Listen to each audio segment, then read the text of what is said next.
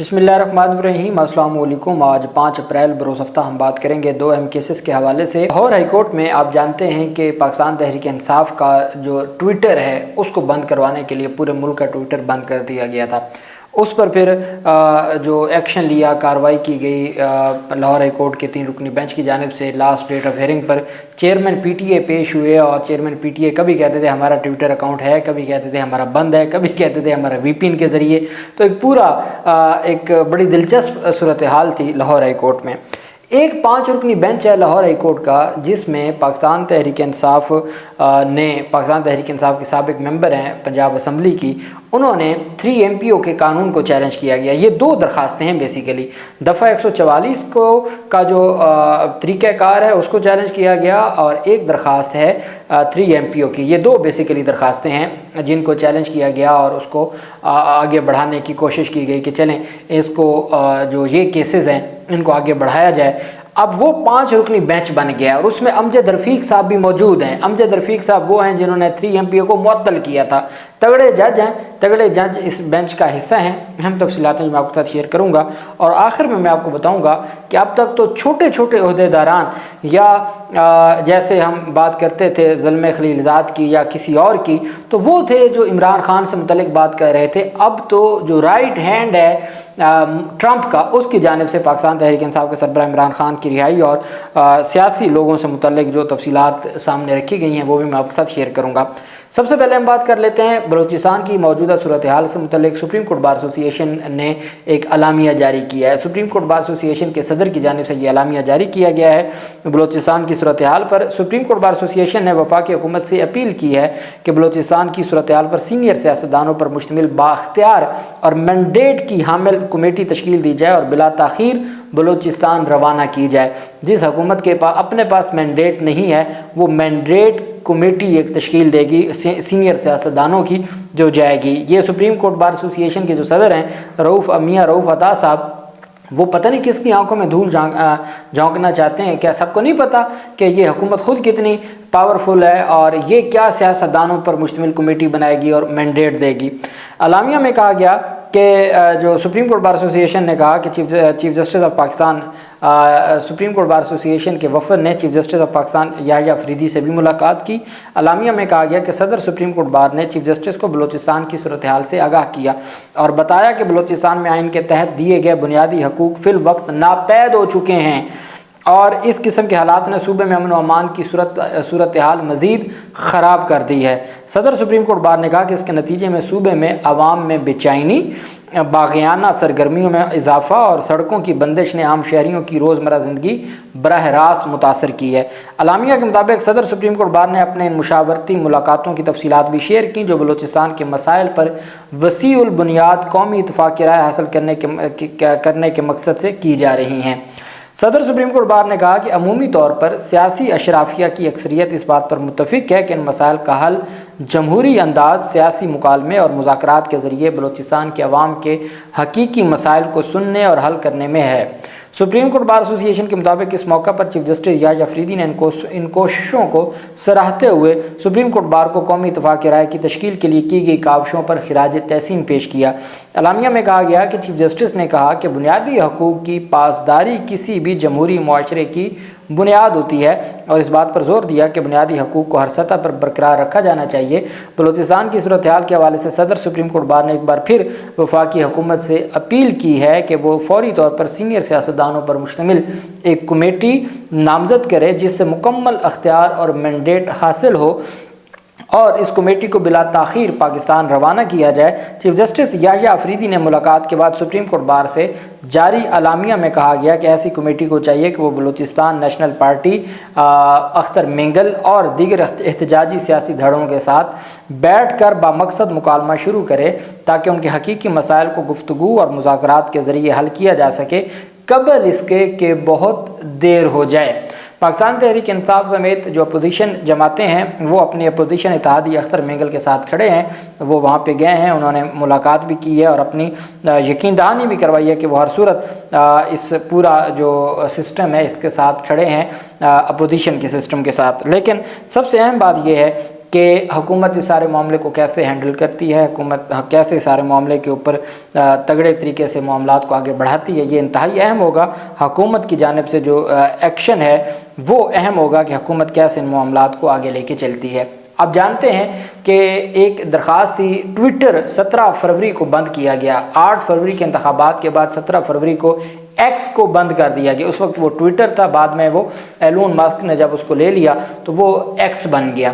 اب جب ٹویٹر کو بند کیا گیا تو دلچسپ صورتحال تب بنی جب ٹویٹر کو بند کر کے کمشنر راولپنڈی کی ایک پریس کانفرنس تھی، اور جب دھاندلی کے دھڑا دھڑ جو ثبوت تھے وہ منظر عام پر لائے جا رہے تھے اور ثبوتوں کو سامنے لایا جا رہا تھا، تو اس وقت ہم نے دیکھا کہ ٹویٹر کو بند کر دیا گیا۔ ملک کی 5 ہائی کورٹس میں درخواستیں دائر کی گئیں۔ کہیں کوئی عامر فاروق کہا کرتے تھے کہ آپ دیکھتے ہیں کہ پہلے ٹویٹر کون کھلواتا ہے، لیکن پہلا سندھ ہائی کورٹ کامیاب ہوئی تھی کہ وہاں یہ نوٹیفیکیشن جمع کروایا گیا تھا کہ وزارت داخلہ کے کہنے پر پی ٹی اے نے بند کیا۔ پہلے تو یہ مانتے ہی نہیں تھے، اور پھر دوسرے نمبر پہ آپ کہہ سکتے ہیں کہ لاہور ہائی کورٹ کامیاب ہوئی، جنہوں نے 3 رکنی بینچ بنایا۔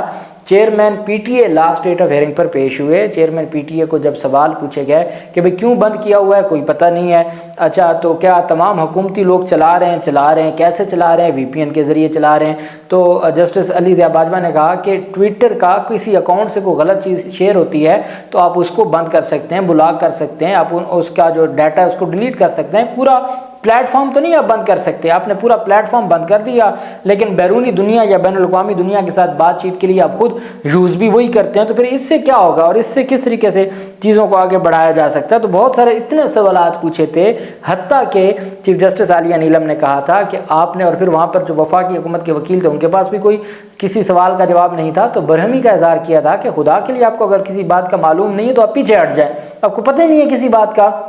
کہا گیا بھئی پی ٹی اے ٹویٹر یوز کرتی ہے، ہاں جی کرتی ہے، اب بھی کہہ رہی ہے، ہاں جی اب بھی کہہ رہی ہے۔ کیسے یوز کرتی ہے؟ وی پی این کے ذریعے یوز کرتی ہے، تو وی پی این تو غیر قانونی ہے، پھر کیوں کہہ رہی ہے وہ جی سارے وی پی این غیر قانونی نہیں ہے۔ پھر ان کے کسی کان میں کسی نے بتایا کہ حضور والا پی ٹی اے کا تو کوئی ٹویٹر اکاؤنٹ ہی نہیں ہے۔ اچھا جی پی ٹی اے کا تو کوئی ٹویٹر اکاؤنٹ ہی نہیں ہے، تو عدالت نے کہا کیا کہہ رہے ہیں۔ تو یہ 3 رکنی بینچ ہے جس میں جسٹس فاروق حیدر ہیں، عالیہ نیلم صاحبہ کے ساتھ فاروق حیدر اور علی ضیاء باجوہ، یہ 3 رکنی بینچ ہے جو سماعت کرنے جا رہا ہے 8 اپریل کو۔ 8 اپریل کو آخری موقع دیا تھا کہ یا تو آپ ٹویٹر کو کھول کے آئیں یا پھر آپ بتائیں کہ ٹویٹر کیوں بند ہے اور پھر حکومتی لوگ کیوں یوز کر رہے ہیں۔ یہ اتنے بڑے سوالات تھے کہ جس کے بارے میں نے کہا تھا کہ ان کو 8 اپریل سے پہلے ہر صورت یہ کھول کے لانا پڑے گا۔ اب ان کے پاس دن 2 ہیں، ایک 6 اپریل ہے اور ایک 7 اپریل ہے، 48 گھنٹوں کا ٹائم ہے، اس سے زیادہ اب ان کے پاس مہلت نہیں بچی۔ عالیہ نیلم کی سربراہی میں 3 رکنی بینچ عدالت نے اس معاملے پر chairman Pakistan telecommunication authority P T A سے تفصیلی جواب طلب کر رکھا ہے، جس کی روشنی میں بندش کے قانونی اور آئینی پہلوؤں کا جائزہ لیا جائے گا۔ درخواست گزاروں میں Hafiz Shakir Mahmood Awan senior court reporter ہیں، ہمارے دوست صحافی، مختلف شہریوں کی یہ درخواستیں جنہوں نے موقف اختیار کیا ہے کہ ایکس کی بندش نہ صرف اظہار رائے کی آزادی پر قدغن ہے بلکہ اسے کاروباری، صحافتی اور تعلیمی سرگرمیوں پر بھی منفی اثرات مرتب ہو رہے ہیں، اور پی ٹی اے کو فوری طور پر پلیٹ فارم کی بحالی کا حکم دیا جائے اور ایسے کسی بھی پابندی کو غیر قانونی قرار دیا جائے جو شہریوں کے بنیادی حق کے خلاف ہو۔ اس پر عدالت نے رپورٹ طلب کی ہے اور چیئرمین پی ٹی اے 8 اپریل کو 3 رکنی بینچ نے سماعت کے لیے مقرر کر دیا ہے۔ 8 اپریل کی کاز لسٹ جاری ہو گئی ہے، نوٹس جاری ہو گئے ہیں، 8 اپریل کو 3 رکنی بینچ سماعت کرنے جا رہا ہے۔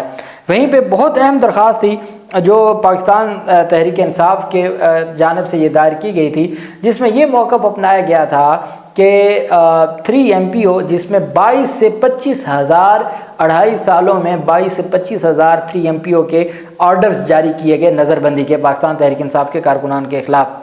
جب بڑی کوشش کی امجد پرویز صاحب نے کہ سٹے واپس چلا جائے یا سٹے ختم ہو جائے، اور عالیہ نیلم صاحبہ نے فیصلہ محفوظ کیا تھا، پھر اس کے بعد انہوں نے سٹے خارج نہ کیا بلکہ انہوں نے 5 رکنی بینچ بنا دیا، تو ان کے علم میں یہ بات تھی کہ اگر ہم یہ کر بھی دیں تو یہ جو 22 ہزار، کیا قانون ایسا اختیار دیتا ہے کہ آپ 22 ہزار ایک ہی سیاسی جماعت کے لوگوں کے خلاف 22 ہزار 2 سالوں میں 2.5 سالوں میں آپ نظر بندی کے احکامات جاری کر دیں؟ تو ٹھیک ہے نظر بندی کا قانون برقرار رہے لیکن کوئی اس کا میکنزم بھی تو बनना चाहिए। इसी तरह दफ़ा 144 का भी था। ये 2 केसेस हैं। 5 रुकनी बेंच है जो लाहौर हाई कोर्ट का, और 5 रुकनी बेंच में चीफ जस्टिस आलिया नीलम साहबा हैं, इस बेंच का हिस्सा हैं। उसके बाद इस बेंच में जस्टिस अमजद रफ़ीक साहब जिन्होंने स्टे ऑर्डर दिया था वो खुद इस बेंच का हिस्सा हैं। जस्टिस चौधरी मोहम्मद इकबाल साहब सीनियर जज हैं, वो इसका हिस्सा हैं। जस्टिस फारूक हैदर साहब वो इसका हिस्सा हैं, और आखिर में जस्टिस खालिद इसहाक साहब हैं।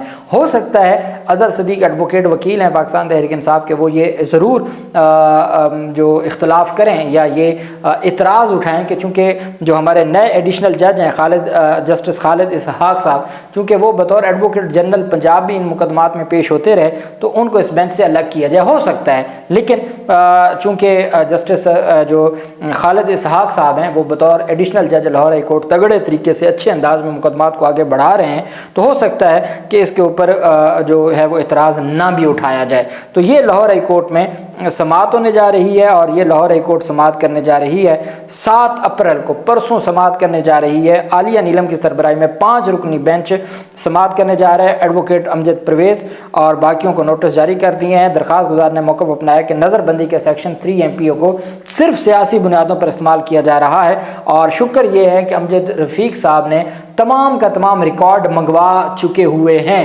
वो हज़ारों 3 MPO का रिकॉर्ड अदालत की फ़ाइल का हिस्सा बन चुका है।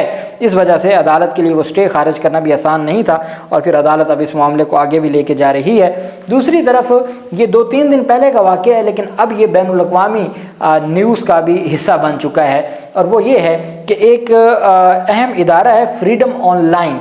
फ्रीडम ऑनलाइन के जो डायरेक्टर हैं माइक बेंस ने एक ट्वीट किया। माइक बेंस की जानिब से ट्वीट किया गया। उन्होंने अपनी पोस्ट में दुनिया के मुख्तलिफ ममालिक से ताल्लुक़ रखने वाले चंद नुमाया शख्सियात बाशमूल जो फ्रांस के हैं, ब्राज़ील के इमरान खान पाकिस्तान के, इटली के ट्रंप अमेरिका के, और रोमानिया के जो सीनियर लीडरान हैं उनका जिक्र करते हुए कहा कि ये तमाम मकबूल रहनुमा सियासी अनात की बुनियाद पर फ़ौजदारी मुकदमात का सामना कर रहे हैं। उन्होंने ख़बरदार किया कि हर मकबूल अवामी रहनुमा के ख़िलाफ़ मुजरमाना मुकदमात जमहूरियत की साख पर एक कारी ज़रब हैं।